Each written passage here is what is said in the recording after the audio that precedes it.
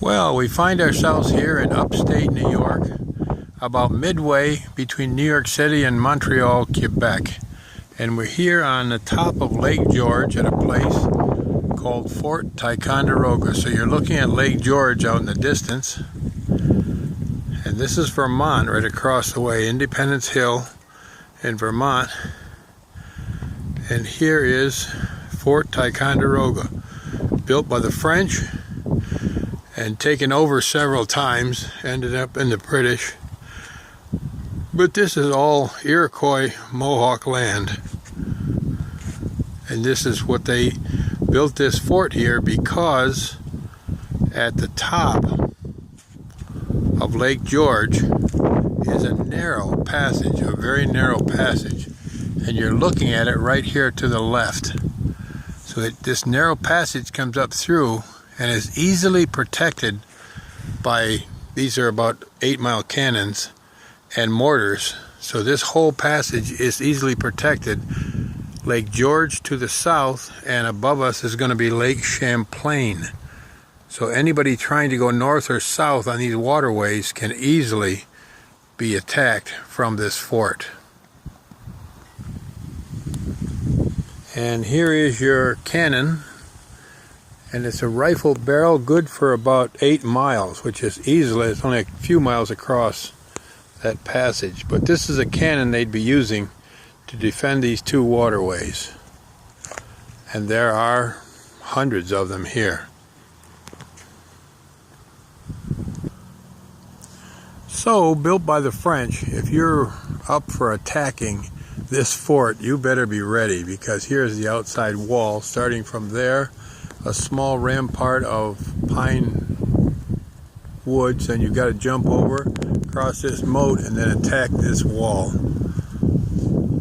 Now, if you talk about history, we have come here just to get a brief overview, but by mistake, you could spend days here studying the history of this fort, because here on the wall, coming in as a timeline of the fort, I'll give you a brief overview, and then we'll go through some of the timeline for you. So as you come in, this is the overview of the fort. It is a monster, and we are standing just at the very start of that V at the bottom. So let us go through and do a few timeline pieces for you. More than 10,000 years ago, Palo Indians hunted mastodons and musk ox on this small peninsula as melting glaciers created the Champlain Sea. For generations, over at least 6,000 years, Native Americans farmed these sandy meadows and fished and hunted in the rich marsh lands surrounding this peninsula. Iroquoian speakers called this Ticonderoga, the place between the waters. 1666, both commerce and war have traveled the Champlain and Hudson corridor between present-day Montreal and New York. The Canadian militia and the regiment Carignan, however you pronounce the Solarias, the first French troops in Canada, paddled past Ticonderoga to attack the Mohawks. Now we're going to take you 100 years down the timeline. General Amherst led another British army against Carignan. The French abandoned it. Amherst restored to the fort its Indian name, Ticonderoga. Go. For the next 16 years, a small British garrison policed the increasingly violent frontier between New York and New England and allowed the fort to fall into ruins. 1775, early on a May morning, Ethan Allen, the Green Mountain Boys, and Benedict Arnold seized the fort from its surprised defenders in the first American victory of the Revolution.